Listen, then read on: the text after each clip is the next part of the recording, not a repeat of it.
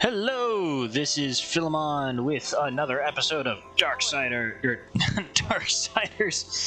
Dragon's Dogma, Dark Arisen. Aren't I just looking lovely in this ensemble? So I believe last I left off, the only thing I could think to do to continue these quests, which now that I think of that one, I should know. I should know where that is. I've played this game enough times that I should know exactly how to find that very tome, but for some reason it's escaping me. But we are going to go back to Grand Soren in order to finish talking to the pawns at the Pawn Guild, because they have a very special mission for us. Which, there they are. Hello, Pawn Guild. Hello, you. Oh, and might I just say, weary from the road as you must be. Fear trouble brews. I would just like to mention off the bat here that, yes, hello, this is Philemon. I've had a lovely artist friend of mine help me work on this, rigged it myself, so if you see any troublesome spots, it's probably me. But yeah, now I can join you in full live 2D, sure, but it's me. You can actually see me now, so I might need to do a little bit of adjusting on the fly if things are kind of in the way, but hello. Anyway, I would beg your assistance in this matter, Arisen. Yes, well, there's something in there's a bit of a problem in the catacombs that we must go and figure out.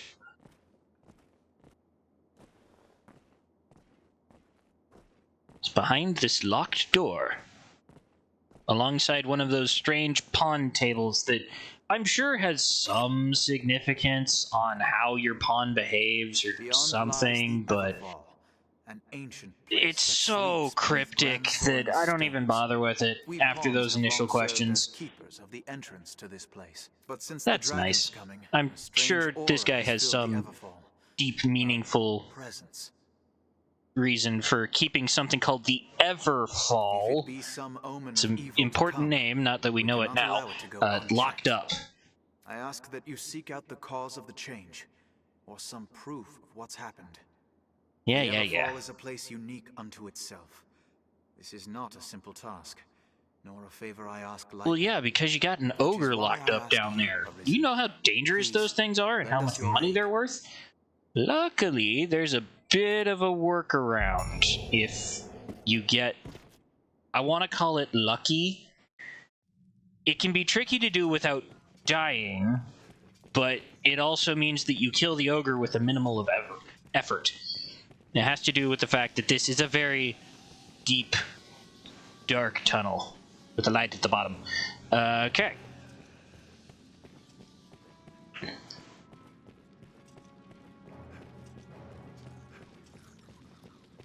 Oh, spiders! Evil spiders! Deadly spiders. Frustrating, if nothing else. They might not be fully deadly, but just, I don't know what possessed me to play this game on hard mode, starting out at level 1, but seems like people want to see more of a challenge, so a challenge they shall get. As I kill bats, because I know bats have a chance at killing me if I give them half a chance. Ooh, green watch. Healing items. We love some healing items. More bats. Evil bats.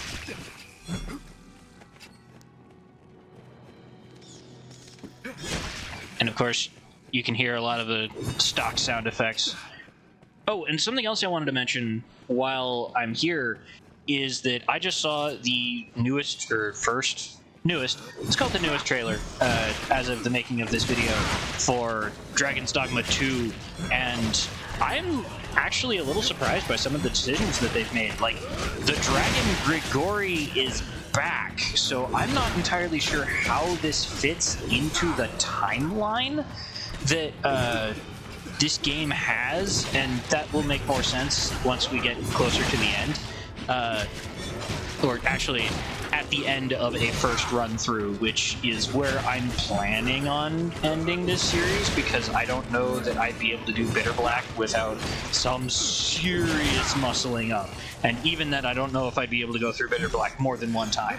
Heck, I've got my level 200 character, I was having a fierce old time even getting through Damon's second form. So I don't know if I personally, as a player, am skilled enough to take on that level of challenge in hard mode, especially with a character that will have certain specializations that aren't necessarily the best for what we're trying to achieve there. Anyway, so back to Dragon's Dogma 2, the dragon is back. Which, whoa, that's big. Other cool things, there's a Sphinx in it. There's a Colossus-looking thing, which could be very interesting. We haven't seen a whole lot of the... Not quite on the same level as like a Shadow of the Colossus level gameplay that this does offer, but, you know, you can climb on enemies, so seeing a Shadow of the Colossus, actually Shadow of the Colossus sized enemy that you might be climbing on with some of the, or at least one of the spells where it looks like you're summoning a dragon? Pretty cool. The Magic Archer looks very familiar, which is nice. It's an overall great-looking trailer. It sounds like there's a chance that another of the characters that we may or may not be meeting in this specific playthrough, depending on if I get to the Worm Hunt quests or not. Although that could be an easy... Yeah, the first Worm Hunt quest is very easy to just do. So we'll probably do that one. I don't know that I'm going to spend as much time today as I have on previous days, because I just did a 60-hour work week, and I am tired. Very, very tired. Anyway.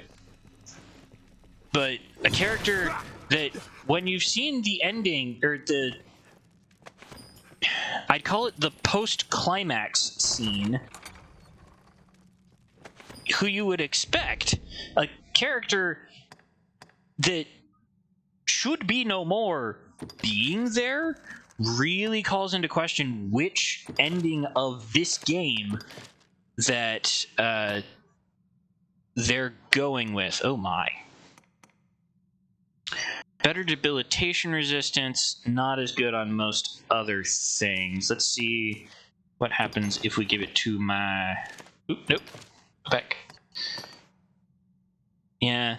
Again, debilitation resistance and high debilitation resistance at that, but we're not up against too many things that have debilitations at this point, so I'm not really concerned.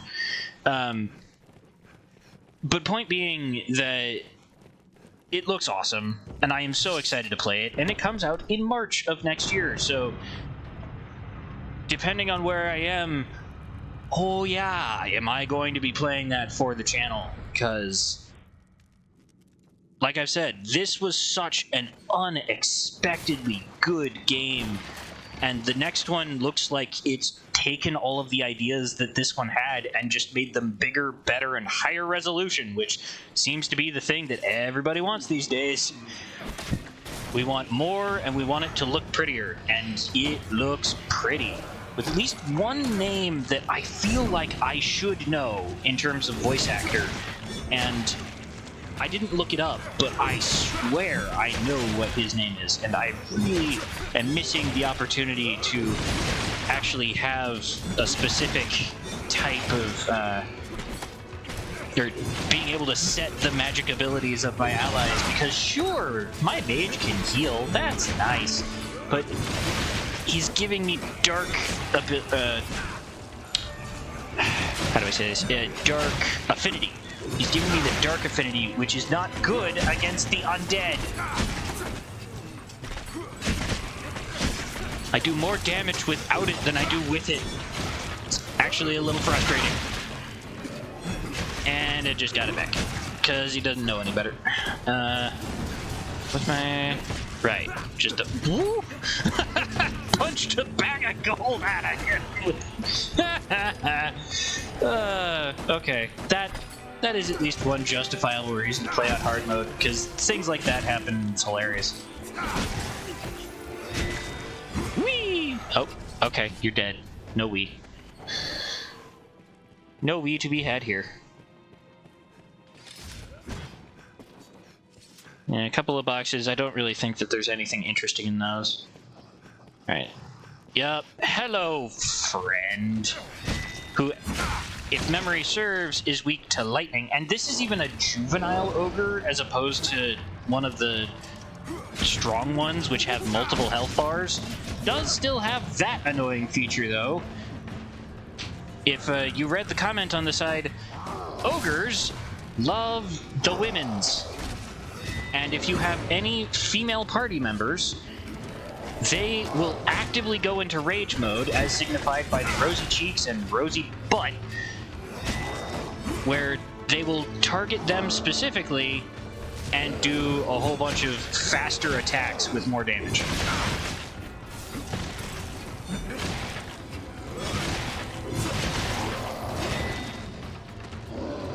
But if you're lucky enough, you can get him to run off the edge. I don't know that it's going to happen this time, because he's not really cooperating, and I can't really guide him using this kind of character.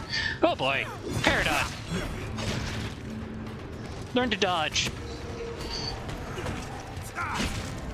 Although there's a part of me that thinks maybe I should have left her down there, because she's the one that it targets more. Also, I just totally messed up that Savage Lash. That's my bad. Come back here. Look at this. Doing almost no damage. This is why it's just so useful to be able to...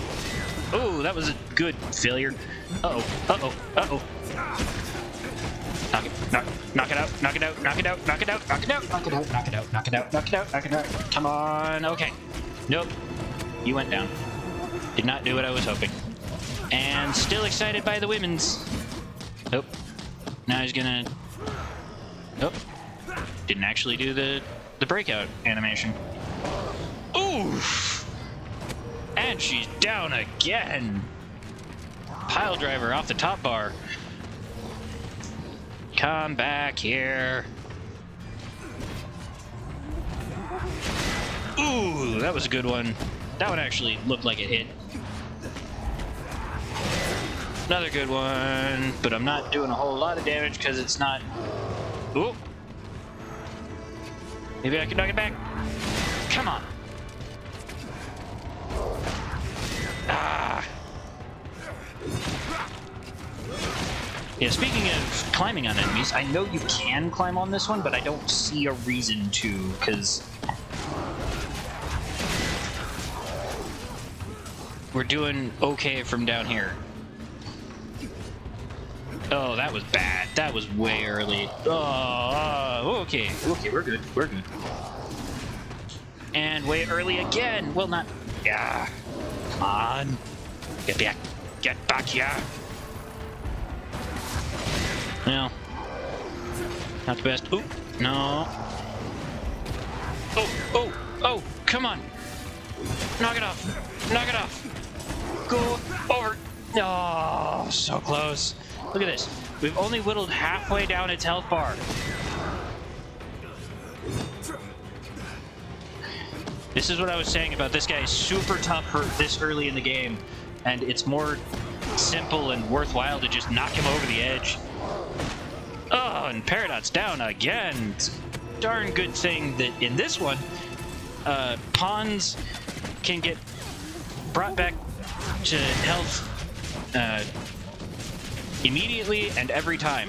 Whereas it sounds like they're changing that in the next one, where your health is going to be very... Oh, okay, well, she's gone. Oh, oh, oh, oh, oh, oh, oh, oh, oh. No! Oh, no. I am amazed that that did not grab me. I thought for sure that would grab me. Yeah, in terms of changes that I've heard going on for the number 2, they're changing it so that in that one, I think you're only going to be able to heal the white health up to, or use healing items to heal the up to the white health level, unlike how in this one I have just gone over that by consuming all of that green Warwish. So that's going to be a big change, and they're just making the wilds quite a bit more dangerous in that regard. I don't want to say that this is a bad thing, because it's not. It's absolutely not a bad thing, but in some ways I feel like it's making the... There it is! Ha! And a level up. That's what I was looking for. Excellent. See, and the fight is immediately over. We were struggling for that long, however long that was, and all we needed to have happen was the ogre to just fall off the edge. Go away, bats. Nobody likes you, bats. There is a very slim chance that I actually save Peridot, so I'm probably going to be trying to upgrade. Whoa, I'm already Vocation rank 4 in Warrior? Did not expect that, and I'm leaving these gates open for a purpose. Because otherwise, annoying things are going to happen.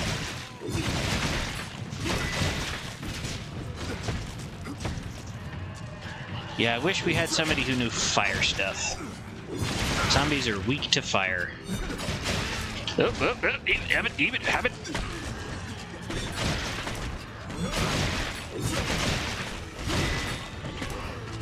Yeah, thinking about it, I'm level 19. I think my companion is like level 8. It's probably for the best that I just go for a complete overhaul on party after we get through in this area. And there's a more than strong likelihood that they wouldn't have survived the next section anyway. I just saw a notification of a giant, yep, there it is, a giant coin purse. Ooh, that was a good one. Barely looked like it did anything though, because these things are way stronger to me than they are to everybody else because of hard mode. Why did I play hard mode? At least nobody knew to dogpile at that point. This is why I played a warrior. Well, not only. It's mostly for the health thing, where if I hadn't been playing a warrior, I would probably having to play a lot more cautious around a lot of things, and I would not have survived that encounter with the one punch of the ogre that I just fought, and more zombies. Oh, and Peridot is officially gone. Goodbye. Yep, support pawn has become forfeit. Return to the realm whence they came. Return to a rift or speak with pawns you meet to hire on a new support pawn. If support pawn is forfeit, any items they were carrying are sent to item storage. Excellent. Which in some ways is nice, because you don't lose anything that way, and for the purposes of things that they collect randomly, you still have access to those.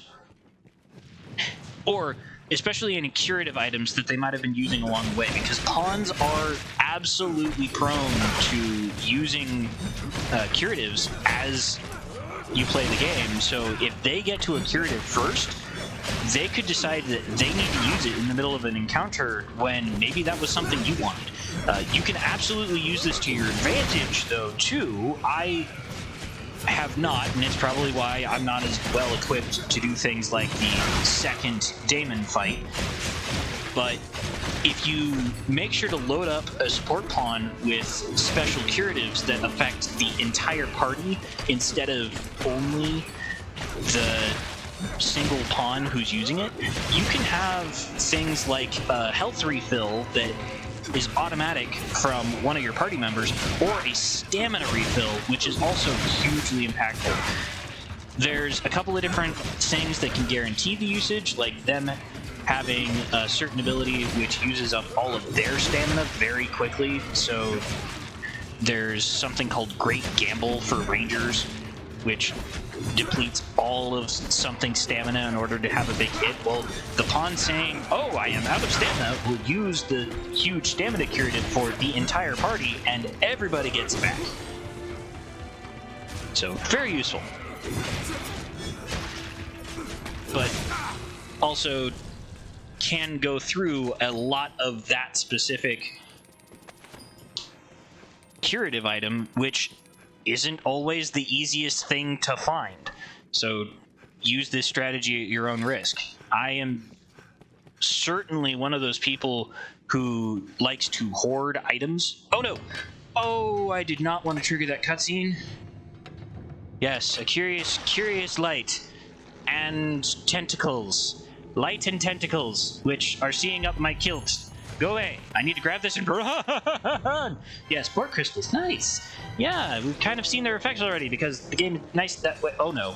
Oh, okay, good. I can't jump. Jump, jump, jump, jump. Jump, jump. Why am I not jumping? Jump, jump, jump. Ow. Ow. Why was I not jumping? No. Jump. No. I need that. I need that. Hold a moment, please.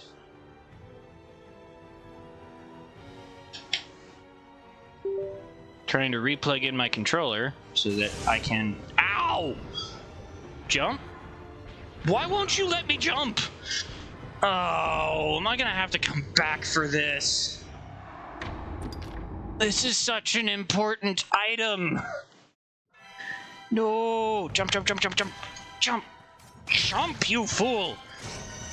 Use the jump button. Ah, game's not letting me do it. Oh. I may or may not be an idiot. Yeah,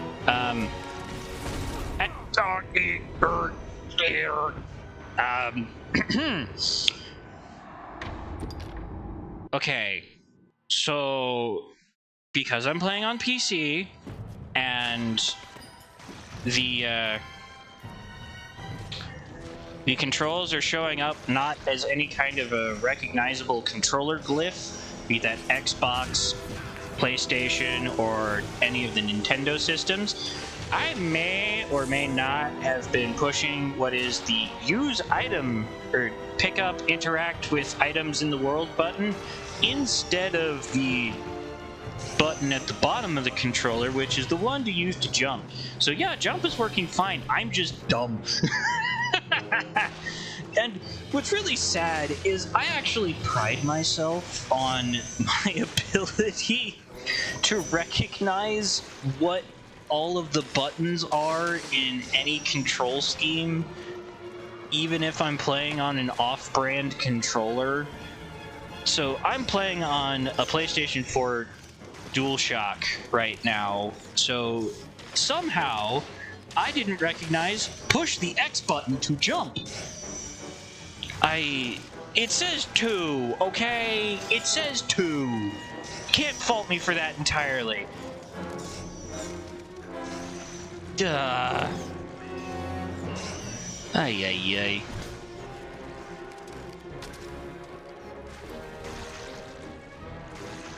And yeah, this is a long way out, and it's part of the reason why that I hit that switch earlier is so that I would have a clear shot up until this point. Goodbye, skeletons.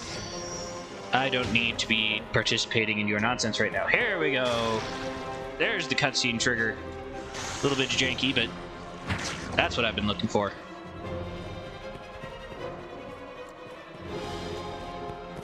Oh good, 2 pawns made it.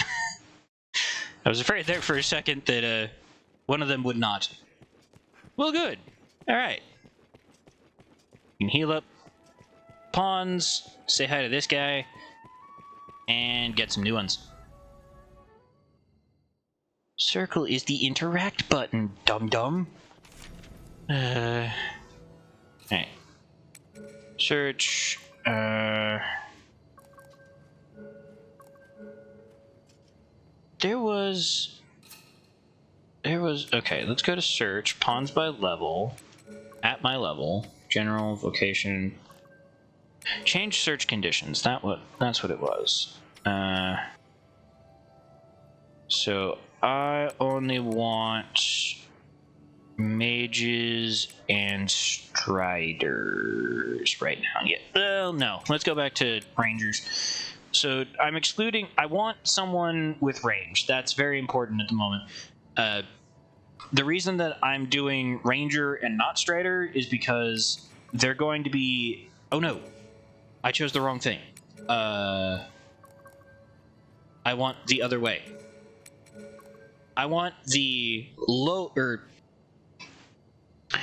It's what I would call the basic class instead of the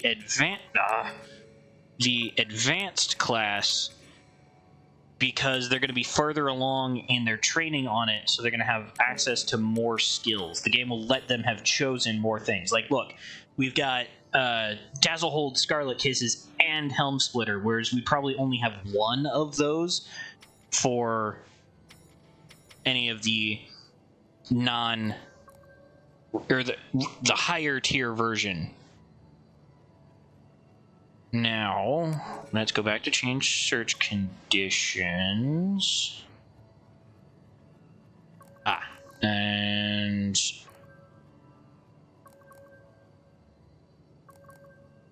well, how's this? We'll go back to this, and we'll take out Strider,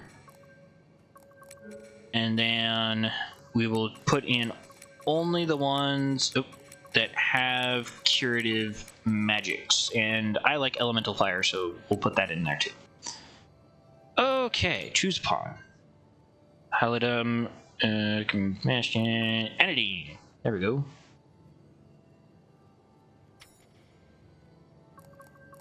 What is that symbol? I'm not familiar with that symbol. Does anybody have access to high Anodine at this point?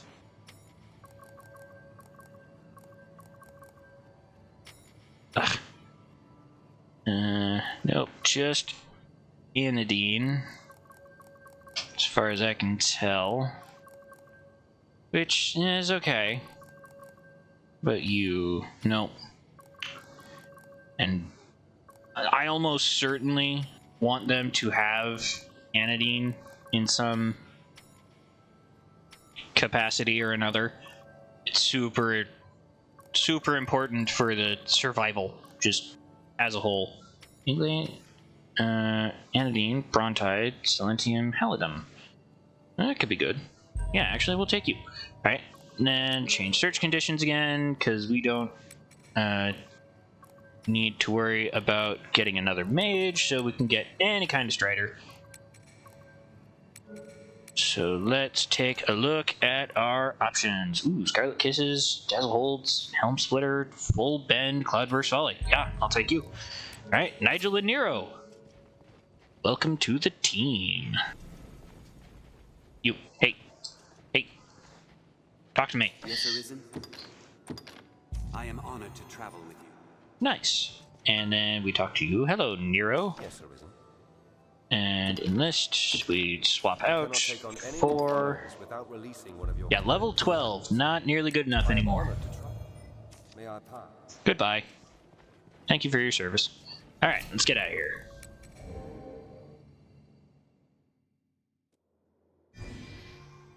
Yes, thank you. Thank you for helping me out. Now we turn in the quest. A light. In truth, even we pawns know precious little. I can't say with Everfall.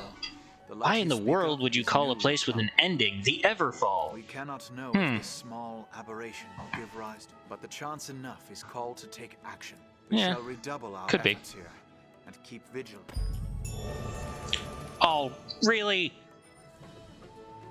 I should have turned in the quest first. Dum dum dum dum dum. Dum dee dum dum dum. Hello. Are you the Arisen? I bring a message from the Duke.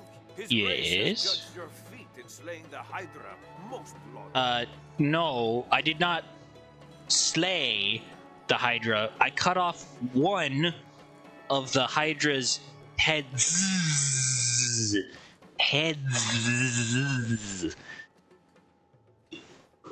Cutting off a head of a Hydra is not killing a Hydra. These people are idiots. To honor your noble works, you are hereby welcome to the Worm Hunt. Oh joy, get to do the thing that I was going to be doing anyway. Thanks. You may now accept orders from Sir Maximilian, captain of the Hunt. Bring Good this for writ him. to Sir Maximilian outside the castle gates. He will instruct you further. Thank you. The document confers the status of Hunter upon you. Carry it on your person, always. Yeah, okay. Whatever you say, bud.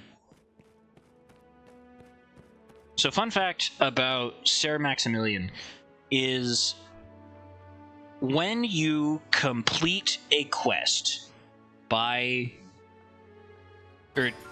turn in a quest to someone in the world, that raises your affinity with that person. So, for instance, Sir Maximilian gives you 4 quests every time you play, or every time you go through the main story. So he actually turns out to be someone who you can raise their affinity to maximum really easily and accidentally have them be the person who is considered your beloved because you're forced to interact with them at least once before the end of the game. So if you want to guarantee that you get some person each time, you actually have to go through the process of lowering his affinity before going into the main thing, or just guaranteeing that the last person you talk to before a certain quest is the one who has your maximum affinity.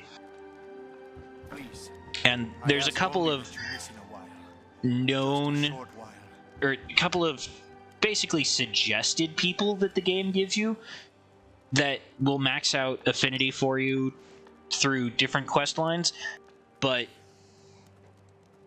if you're not focusing on the side quests, it can be very easy for him to end up being the one who's like, yes, this is the person you love the most, and you're just going, no, it's not. He's just a rando. Thank you, Oh sir. yes, and this guy's poor child is dead. Son Very, very dead. always weak, his sweetheart. Since he was but a This baby, is another one of those quests that I watch know him slip from my how grasp. to do I it, am left with naught but and rage I'm on a for him. bit of a timer. I'm gonna let it sit in the background for a little bit, Fain to but it's try much and lead easier to them do on a to New the Game way Plus back. because of one of the requirements in Curses. post-game, post-climax, as I believe I mentioned earlier. Bring him back to me. Because you need a certain specific item, which I don't have access to yet. Or The first of those stones. only barely Spoke have of access to. powerful magic within it. Gather rocks such as this together, he said, and even the dead shall wake. Yep. Not that I am And it's important, and it's very useful to have a couple of these on you. The trade-off that the game does is they're heavy. And because they're heavy, they slow you down. So if you want to have a stockpile on them, you either have to use the abilities that increase your carry weight, which takes away from your ability to do, say, more damage. But it's very useful. Yeah, wake stones.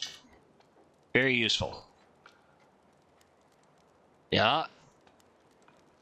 And they're limited.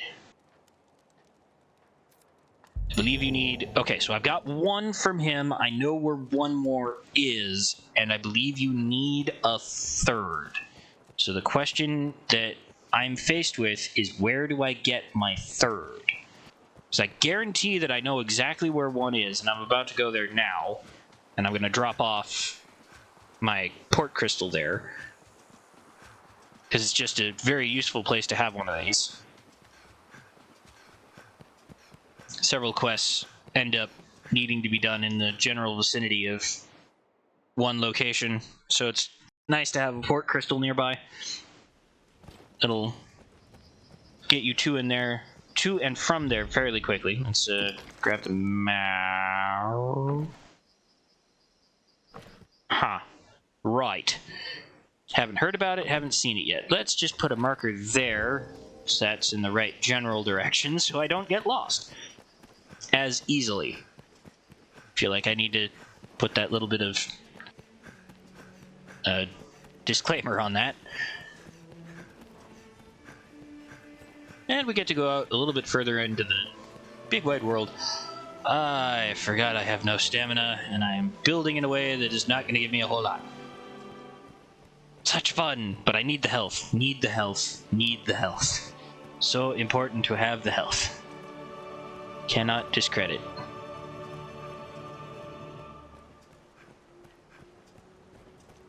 So, while there's another chance to talk a little more, it looks like in this next installment of the Dragon's Dogma series that they're going to be moving to a more arid climate, which will be interesting.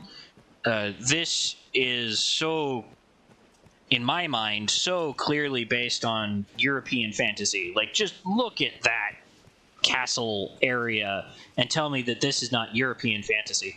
So I think it'll be interesting to see a bit more of what the take on, I would call it Middle Eastern, but I don't know how appropriate that is. It just, again, a more arid climate, and how different creatures, mythological or otherwise, might show up in an area like that. Ooh, one-shotting goblins that don't have shields. Well. Ooh. Alright. This guy's problem, though. That was dumb. That was pathetic. Gotta remember that that's the one I have attached to that button. And as with all goblins, they start to rout if you destroy their leader. Goodbye. Little bit of damage, but nothing to worry about. Not anymore, at least. At least I'm not being one-shot by the goblins.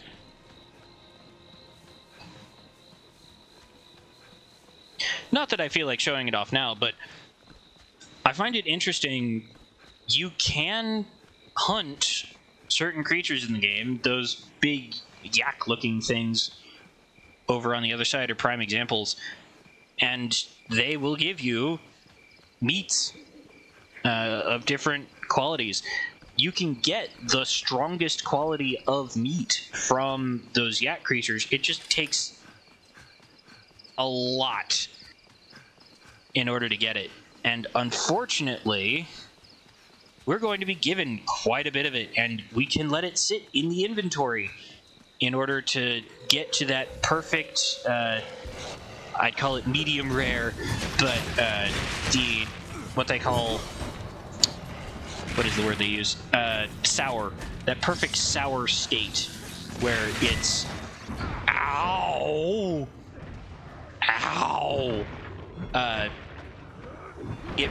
It's a guaranteed refill of all stamina if you let what they call ambrosial meat sour. So even if I was going to be building as the most stamina intense way of playing in this game, the sour ambrosial meat guarantees that you get all of your stamina back. Unfortunately, we have to give up that ambrosial meat in order to complete the quest. So, joy, we get to hold on to this awesome material for all of, like, a minute, depending on where you put your port crystal.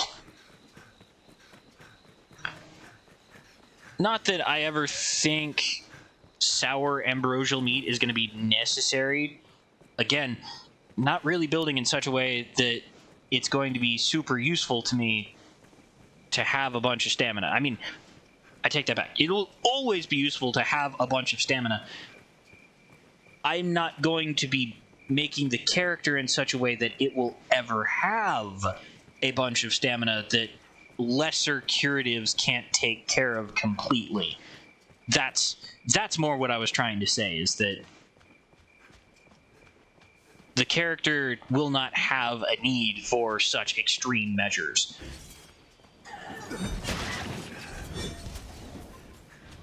And snow harpies can freeze you and put you to sleep. Very annoying. Wow, good shot!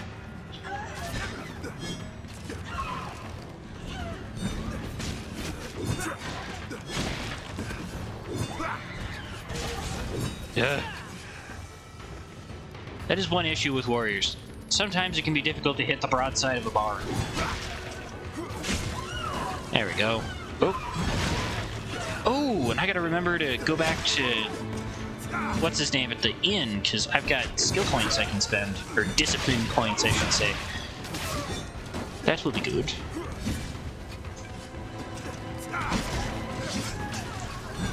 Also, the reason why I insist on having a party member who is able to attack at range is because of things like harpies. If you don't have a true ranged damage dealer, they are such a menace to try and deal with. Can be very frustrating. All right, and I want to... Oh, no, other one. I want to put down the port crystal right here. Yay! Yeah, super useful to have a port crystal near both of these locations for turning in mainline quests. This area, which has a funny shape on that hill, yeah, you turn in a couple of quests here, and then the Way Castle over there, you turn in a couple more. So it's nice to have in these couple locations, or in that location specifically, because it has easy access to both sides of this hill. Yeah. Alright, so there's our second Wakestone shard.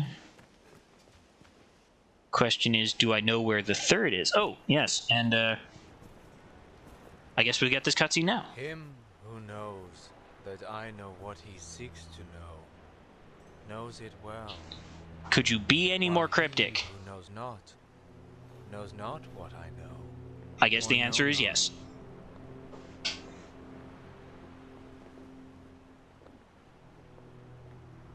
Also, you're very fit. And you make me miss my heart.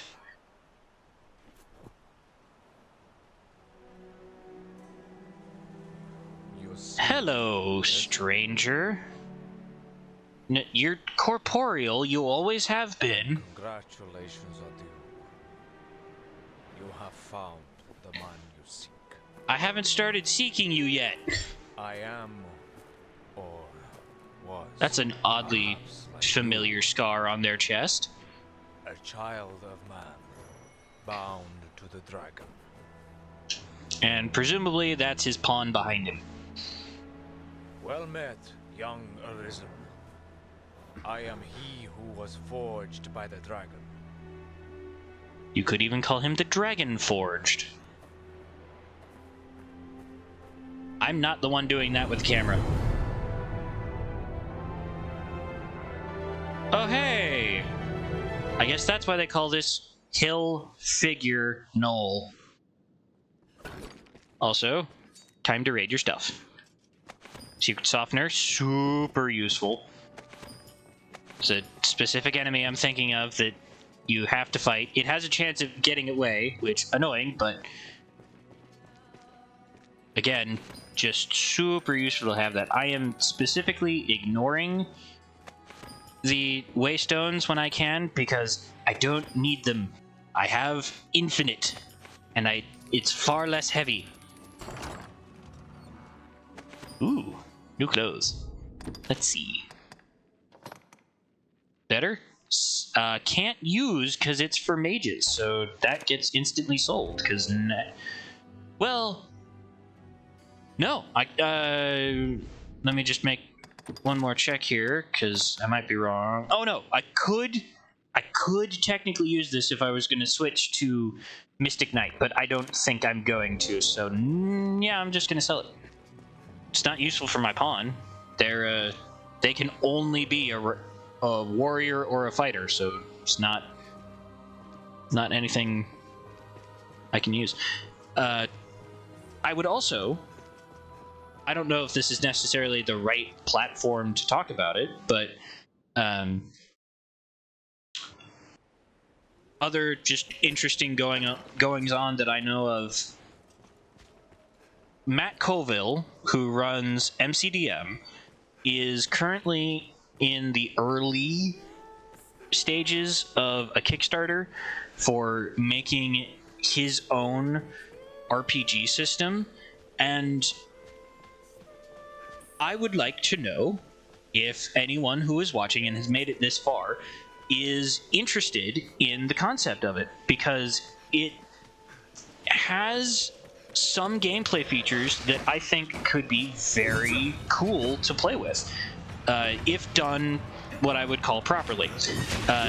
Specifically, I'm thinking of the initiative system, which, as it has been explained to me, is, or as I have understand it from the explanation in the videos that he's put out so far, the initiative system works in such a way that you, as the players, decide who wants to do something for a turn in combat during a specific round.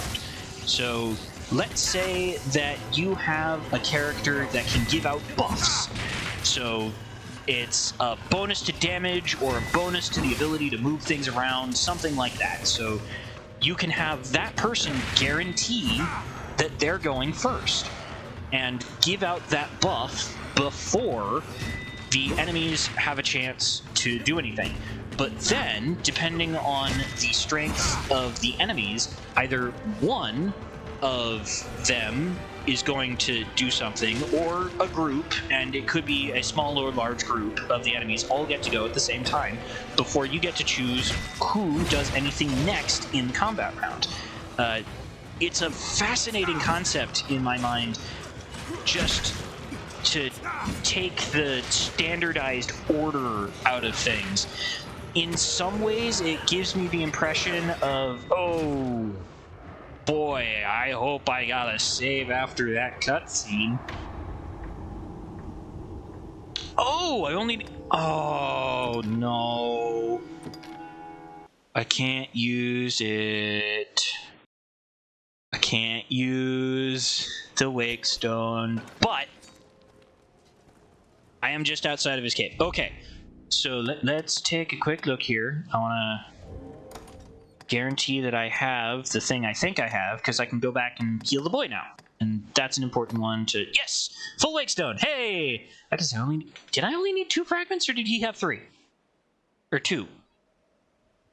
I really should have looked to find out, because that... Hooray! And also, just because I have it in my inventory and I want to just get rid of it, I'm going to use the normal fairy stone instead of the other one. Right. So now we go back to Grand Soren because we can heal the child. Yay! And another side quest done. And that one specifically, I know, is a very time-sensitive side quest to take on. So it's important to get that one out of the way. Well, I say get it out of the way. It's important to help the child, but the child can only be revived within a short period of time after getting the quest. So, very important to get it, turn it back in before his timer runs out. If you're going for an all quest run, which I am attempting. So let's see. I'm just gonna check in again real quick.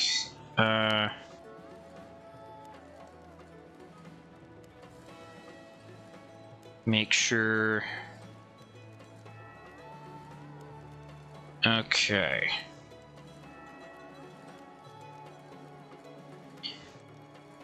Yeah, I think I am at the point now.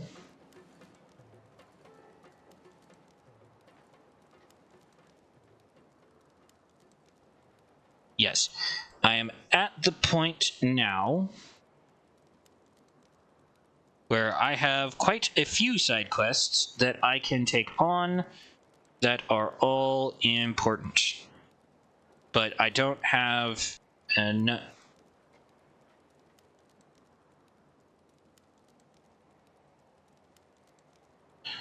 Sorry, I am using a wiki. I'm saying that now. I am using the wiki to understand what I need to get done. And so there are things like I need to return to Cassardus. I think after I've gotten the Worm Hunt quests done. Or not started. I have to start the Worm Hunt quests before I can do things, and I shouldn't fail anything by starting Worm Hunt quests now. That's the thing that I was trying to make sure of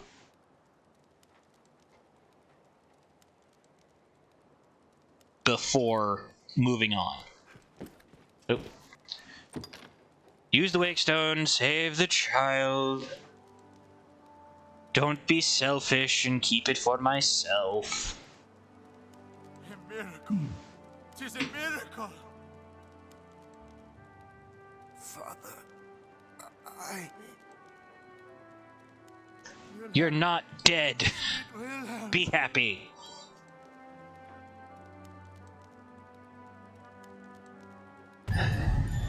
Yeah. Okay. Thank you for the level and the money. Gonna go use it now. Well, no. It's a free service that requires the use of discipline points as opposed to cash. Oh. Yep, and I gotta talk to you, because you have an important quest for me. Some time. But come, if it was idle twittering you'd wanted, you'd have sought a prettier bird than this old crow. Yeah, I got a couple of those on my mind. Salvation naturally. Right, and I was talking about the MCDM thing. My bad. But the idea of choosing an initiative order is an interesting concept in my mind. And there's the question of, does anyone feel like they've been left out at some point if they're continually the one that has to wait for the end? Though I do appreciate the idea that it would boost the amount of strategy talk that happens at the table, because of the need to have maybe a certain order of things, like I was saying before, where you have someone who buffs and then you have someone who does the big damage. But it can be... I wonder sometimes if that could also reveal your problem players, who are the ones who go, well, I am always the most important, so I should always go first in a round, no matter what. That feels like it could be an issue that would start to play out in those situations. The other thing that I'm curious about, and this guy is just asking me to follow some guy. About is more my line than yours, I know. But pray, lay your chivalry aside this one. I don't know that I was chivalrous. I was a fish husband. Nothing for it, I fear. Tell your findings to the innkeep. Anyway, so that's one of the interesting concepts that goes on in oh, and this is another guy, very important to talk to, in the MCDM thing. The other one is the getting rid of the idea of a chance to hit. I don't necessarily know that that one would be divisive either. Typically requires a rather involved procedure. Times are dire, and I wish the current residents gone with all haste. I look at it from a balance standpoint, and there's a part of me that says, well, by the time that you get to the end of the game, which is supposed to be also on a shorter timescale than the current, as they put it, D20 rolling systems that are out there. I think mainly they're jiving at both Pathfinder and D&D. But I feel like we'd run into some inflationary number issues similar to what happened in 4th edition of D&D, where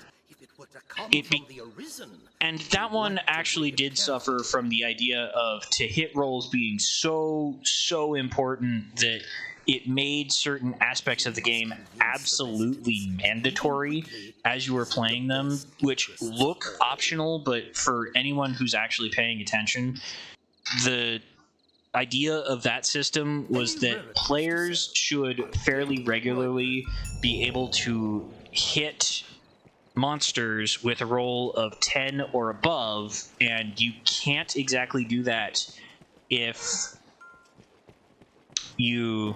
Did I already get your book? Unwanted possessions and other refuse. I had hoped, perhaps. No, I don't have your book yet. You just have the active quest, I guess. Anyway. What was I saying? Yeah, the players should be able to hit on approximately a roll of 10 or above, whereas the monsters are only supposed to hit on something like a 12 or 13 or above. So you hit about half the time, you only get hit about 40% of the time, which makes it an understandable, or it looks a bit better from a balance perspective in that light. But, and that is a very important thing I just picked up, I realized,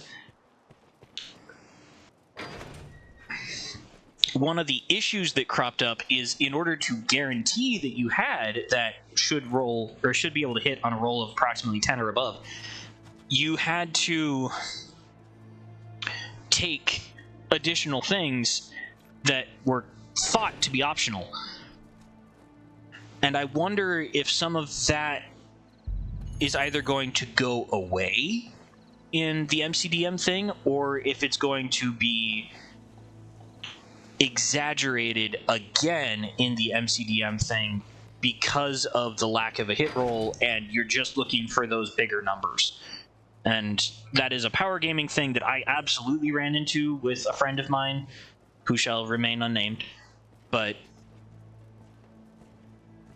that is really the question that I want to look into most about that game specifically, is how is it going to deal with the absolute power gamers? Because in a lot of ways, it sounds like it's geared toward people who want to be tactical power gamers. And I say that because of how their movement system in combat works, where you're far more likely to be moved and move things to hit each other and yourselves. So, I don't know. I'm just curious what other people are thinking about it. So, if you've been listening to me rant and you want to make a comment about it, I'd love to have a discussion with you. But that's neither here nor there. We are currently tailing this Fabio-looking gentleman down into the slums so we can see what business he has.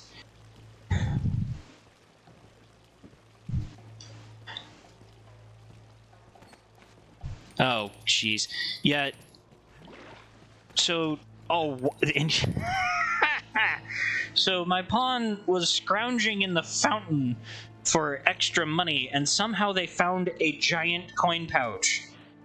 I don't even begin to understand how there were that many coins left inside the fountain. Oh boy.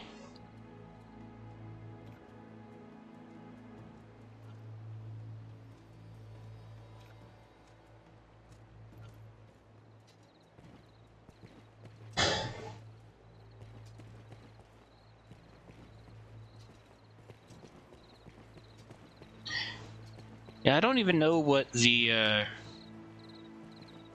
recommended distance on this one is to not get caught at any point.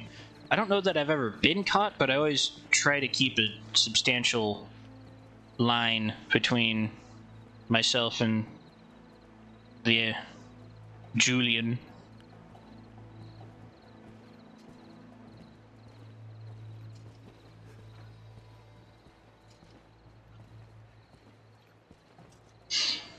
You know, I'd also be curious if anyone who's listening now has any D&D stories or RPG stories that they would like to share of difficulties they've had with certain systems. What the heck is going on here? Well, that's weird. A pawn, a peasant, and two peasants, one of which who is desperate to get into a brawl of some kind, all walk into a corridor and mess with the pathing of Julian.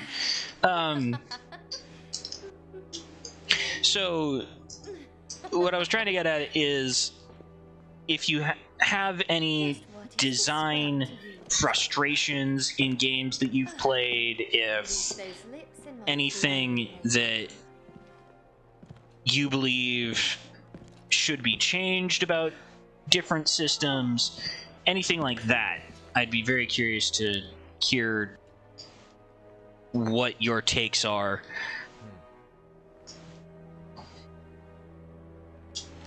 Good work.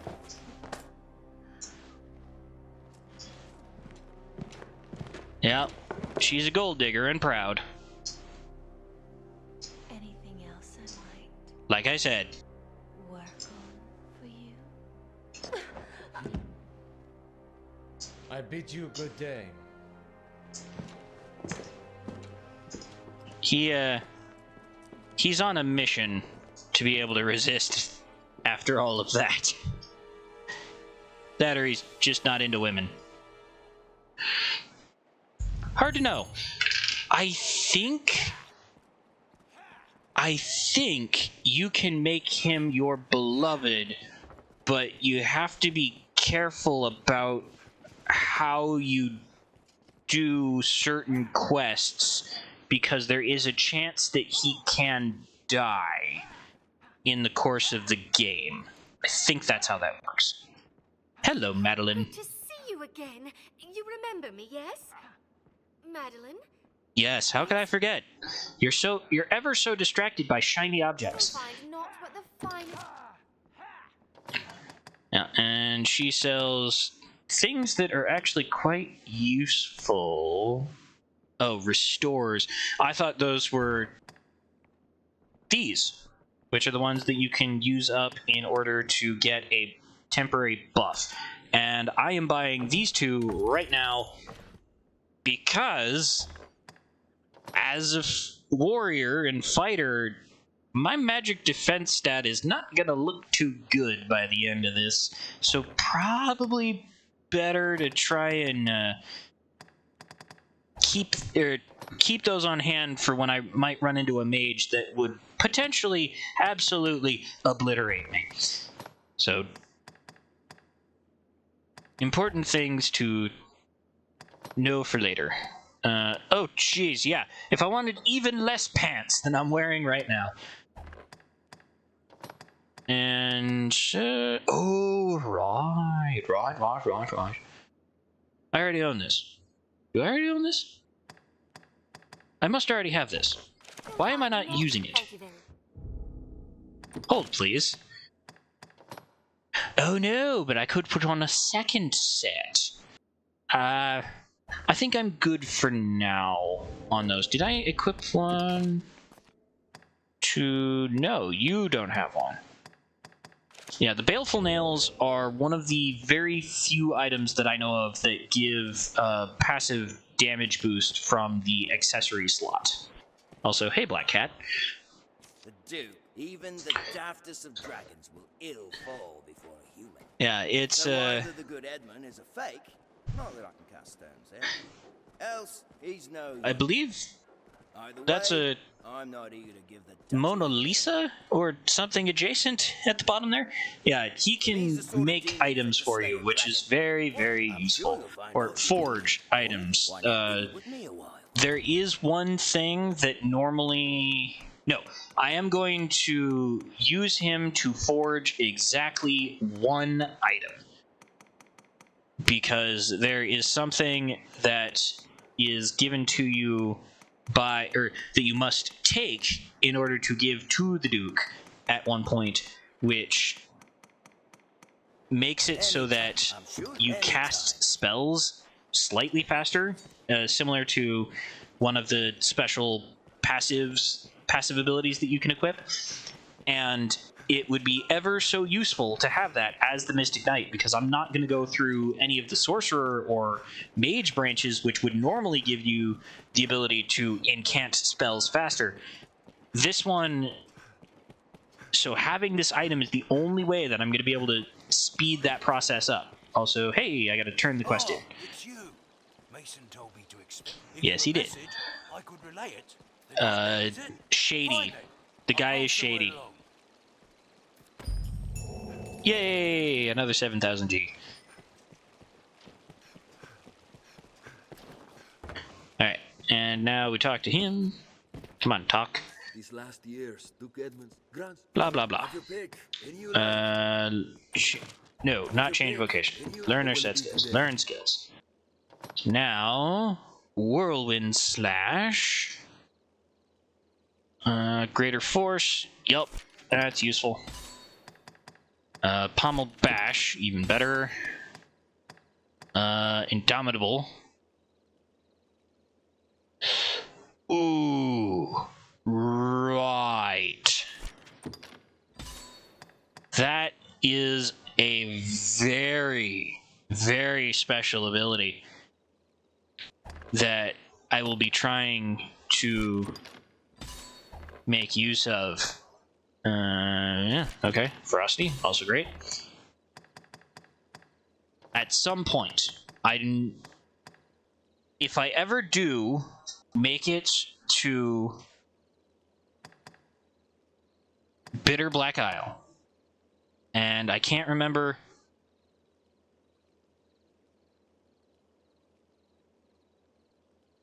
Yeah, I think it's this one. But there is an ability that a warrior has, which allows you to take a certain amount of, or take damage, and however much damage you have taken, you deal in one powerful strike on an enemy. Now, because of the way that death magic works in this game, what will it be today? You can, or there's another ability which lets you tank a killing blow in the case of something terrible happening to you. Huh. Which is a stupendously powerful ability. There's also an enemy that you can encounter on Bitter Black Isle, which, in the case, or can do an instant kill attack on you with magic, but after you tank the instant kill, you get brought back by that ability which takes, or stops the instant kill from being an instant kill.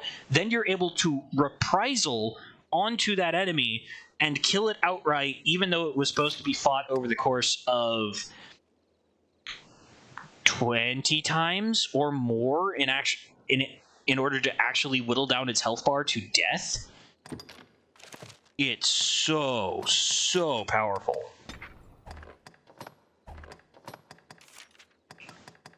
Yeah. Shouldn't have gotten that last one. Oops. Yeah, I should have saved some of his discipline points. I was talking. But Indomitable Ash, good ability. That's all I have to say about that. And I've been going for a little bit over an hour now. I know this is not normally how long I would make a video like this, but Like I said before, I worked for 60 hours at a physical job last week, so I'm tired. I'm very, very tired. I want to get back into the swing of making videos and doing a little streaming on the side. So for now, I'm going to look at this man. Hello, man. I'm looking at you. And to all of you at home, this is Philemon, signing out.